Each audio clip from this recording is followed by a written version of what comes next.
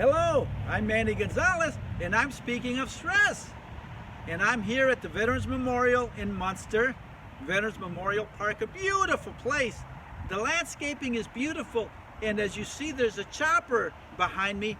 There's many other items here that are related to the war, combat, and it's particularly important for veterans who have been in combat, who struggle with post-traumatic stress disorder.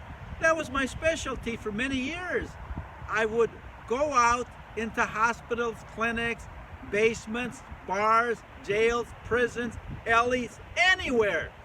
I mean, I was out in the field dealing with these veterans that have experienced so much stress, so much hell.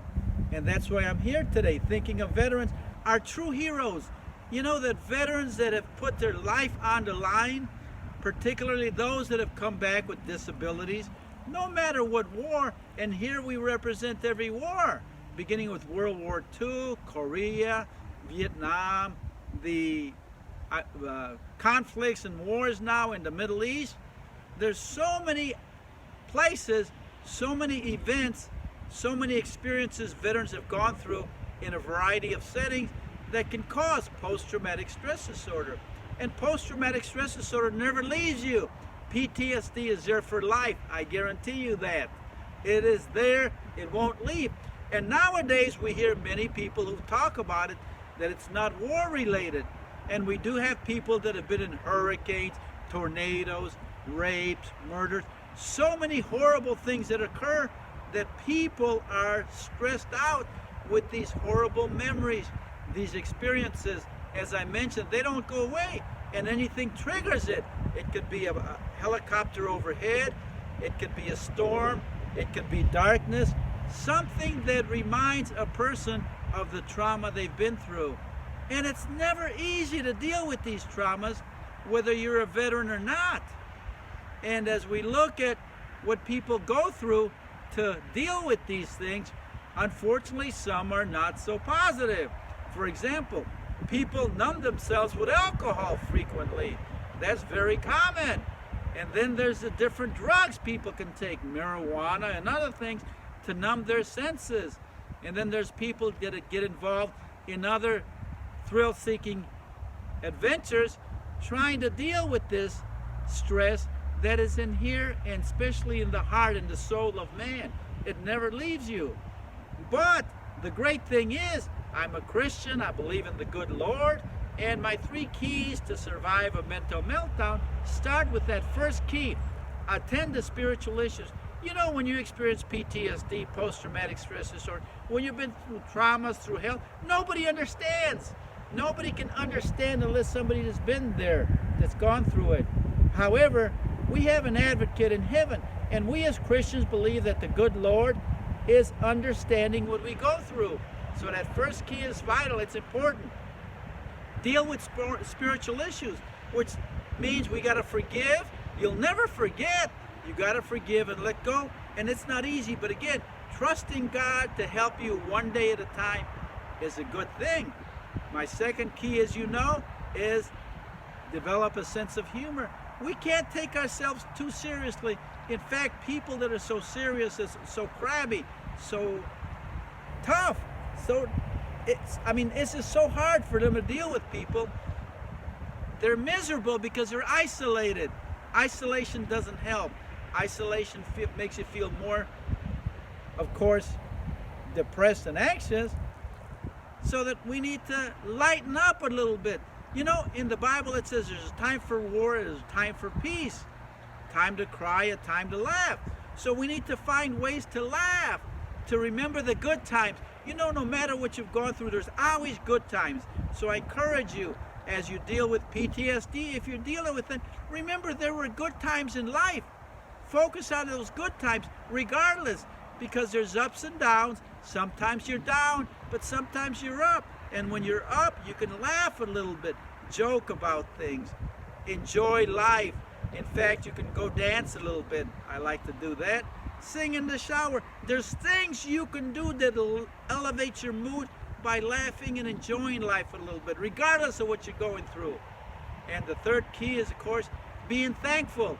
And if you've gone through PTSD or other traumas, situations, you find that, hey, if you're alive, you got something to be thankful for. And sometimes we have veterans or people that are disabled physically or mentally, and they say, wow, I wish I had died. I wish I had not survived. I'd rather be dead. Yeah, that happens. However, that's not a good attitude. The good attitude to have, to somehow cultivate, to work on is being thankful, appreciative, that attitude of gratitude. Thank you, Lord, that I'm alive. Thank you that I have family. Thank you that I have friends. Thank you that I've done some good in life. Thank you that there's hope, one day at a time. And my book specifically deals with letting the past go. Burn your bridges, don't look back. The past, you gotta let it go. You're not gonna forget it, but you don't have to live in the past. You can live in the present, and you can do that by taking one step at a time. As I mentioned, thanking God, thinking of spiritual matters, laughing, being grateful for people, for what you have. Because as you go through life, regardless of who you are, again, the ups and downs, and we have to balance life. And the downs, when they come, sometimes you don't know who to talk to. Sometimes there's nobody to share with. But we gotta find a way of balancing it, working on it, so we can let the past go. Burn that bridge. Live in the present and live for the future. Thanking God. Thank you, Lord, for what I have. Laughing a little bit and being appreciative of everything around you. I'm enjoying this beautiful day. It's a little bit cold. I've got my layers on. I'm bundled up. However, it's wonderful to be outdoors. It's wonderful to just look at nature. That's one of the best things you can do in life. Be outdoors. The sun, the sky, the trees, even the cold. There's a little chill in the air, but you know what? There's always hot chocolate. There's always a fire. There's always something you can do to warm you up. That nice warm blanket. So that always do something that's going to help you.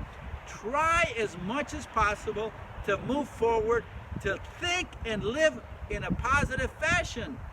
Do you know that positivity, a positive attitude, helps you enjoy life more? You get absolutely nothing by complaining and being critical and condemning people.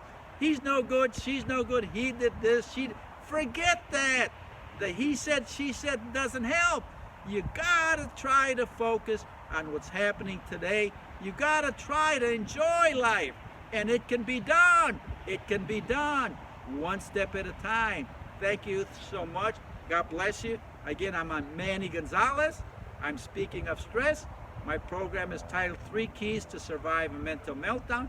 You know about my book, Burn Your Bridges, Don't Look Back. You can find me on www.speakingofstress.com. You can email me at speakingofstress@gmail.com. The thing is that the most important focus that we can do is focus on positive, on the positive, the good Lord. Again, laughing and appreciating, being appreciative of what you have. Thank you so much. God bless you. Have a wonderful day.